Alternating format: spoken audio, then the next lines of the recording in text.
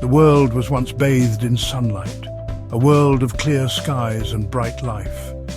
Then came the mist. It rolled in like a silent wave, covering cities and swallowing the sun. Whispers of fear turned into screams. Humanity was unprepared for the era that began that day, the Age of Mist. The mist brought more than just an ethereal fog. It carried a strange, otherworldly substance, spirit sand.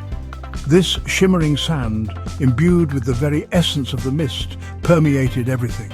It twisted the familiar into the strange, warping nature into monstrous new forms. These were no ordinary creatures. Born from the fusion of spirit sand and the organic world, they were called mist beasts. Some were small, curious creatures, while others were colossal giants capable of leveling cities. With the arrival of the mist beasts, the world was forever changed. The Age of Mist had begun. In the heart of this changed world lay the City of Mirages. A bustling metropolis, it pulsed with life and ambition. Its tall skyscrapers, once symbols of human ingenuity, were now shrouded in swirling fog, their glass surfaces reflecting the ethereal light of spirit sand. The City of Mirages, true to its name, was a place of illusions and shifting realities. The fog played tricks on the eyes, making the familiar seem strange and the impossible real. It was a city on the edge, balancing between the world that was and the uncertain future that awaited. It was here, in this city of dreams and delusions, that humanity would face its greatest test. For the fog beasts, drawn to the city's bright energy, were gathering, and among them, a creature of immense power began to awaken. The air crackled with unseen energy. The spiritual sand, no longer content to simply drift on the wind, began to swirl and merge. It was drawn to places of power, to the heart of the mist, where it swirled and pulsed with an eerie glow. The mist, once a passive force, was changing. It reacted to the presence of the spiritual sand, the two elements intertwining, merging. This fusion was not peaceful. It was a chaotic dance of opposing forces, a turbulent ballet of light and shadow. The very fabric of reality seemed to distort and twist under the strain of this unnatural union. The air vibrated with hidden power. A symphony of unseen energies crackled in anticipation. Something was about to be born. Something monstrous. From the heart of the swirling vortex of mist and spiritual sand, monstrous shapes began to emerge.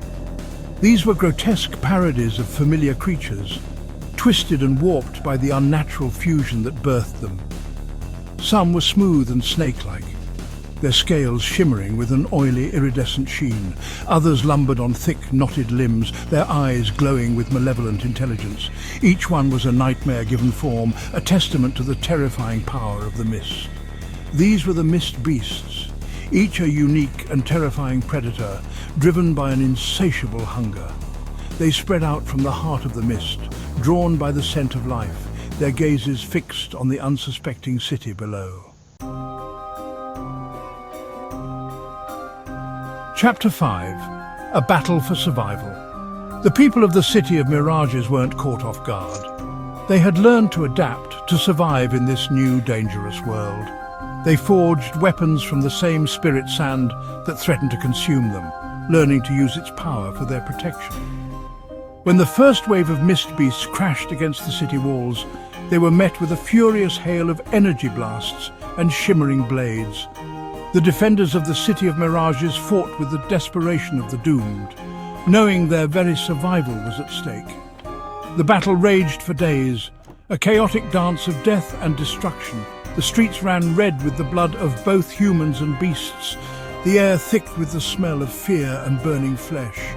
But as days turned into weeks, the defenders began to tire. Their numbers dwindled, their hope flickering like a candle in the wind. Chapter 6. The Kirin's Sacrifice. As the city teetered on the brink of destruction, a figure emerged from the swirling chaos. The Kirin, a mythical creature of immense power, long rumored to be just a legend. But on that day, the legend became reality. The Kirin was a being of pure energy, its form shifting and swirling like the mist itself. It moved with a grace and power that defied description, its very presence seeming to calm the raging storm. It fought with the fury of a god, each movement a symphony of destruction. But even the Kirin's power had limits. The mist beasts, sensing its power, swarmed the noble creature, their claws and teeth tearing at its shimmering form. Yet the Kirin fought on, its radiant energy burning brighter with each passing moment. Then, with a blinding flash of light and a sound like the tearing of the sky itself, the Kirin unleashed its full power. A wave of energy swept through the heart of the mist beast horde, incinerating them instantly. But victory came at a terrible cost. The Kirin, having expended its life force, collapsed, its shimmering form dissolving into particles of light. Chapter 7. Legacy of the Fallen. The Kirin's sacrifice gave the City of Mirages a reprieve. The mist beasts, their ranks broken, retreated back into the swirling fog. The city was saved, but the victory was bittersweet. The people had lost so much, their homes destroyed, their loved ones gone. But even in the face of such devastation, the human spirit endured.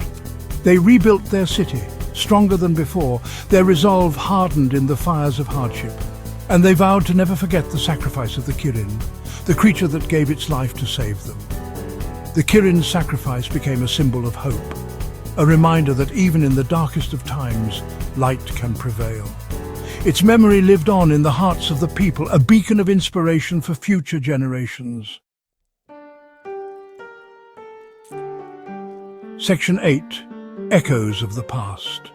After the battle, two figures emerged from the ashes. Shen, a brilliant scientist, and Nihilus, a cunning strategist. They had seen the horrors of the mist firsthand, witnessed the destructive power of the unleashed spirit sand.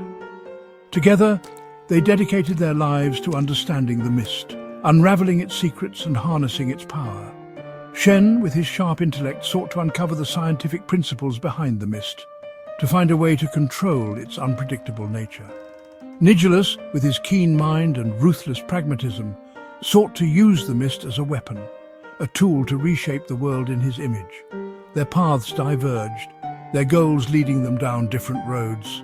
But both were forever bound by the events of that fateful day, their destinies intertwined with the fate of Mirage City and the future of humanity itself. Part 9. A celebration of hope.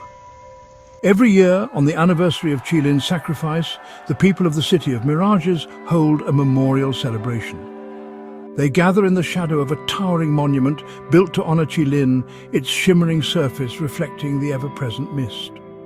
They release lanterns into the sky, each carrying a message of hope and gratitude. The lanterns, glowing with the soft light of spirit sand, rise upwards, forming a river of light that pierces the swirling mist. It's a time for remembrance, a time to honor the fallen and celebrate the resilience of the human spirit. It's a reminder that even in the face of unimaginable darkness, hope can survive, and that the legacy of Kirin, the being who sacrificed everything to save them, will never be forgotten.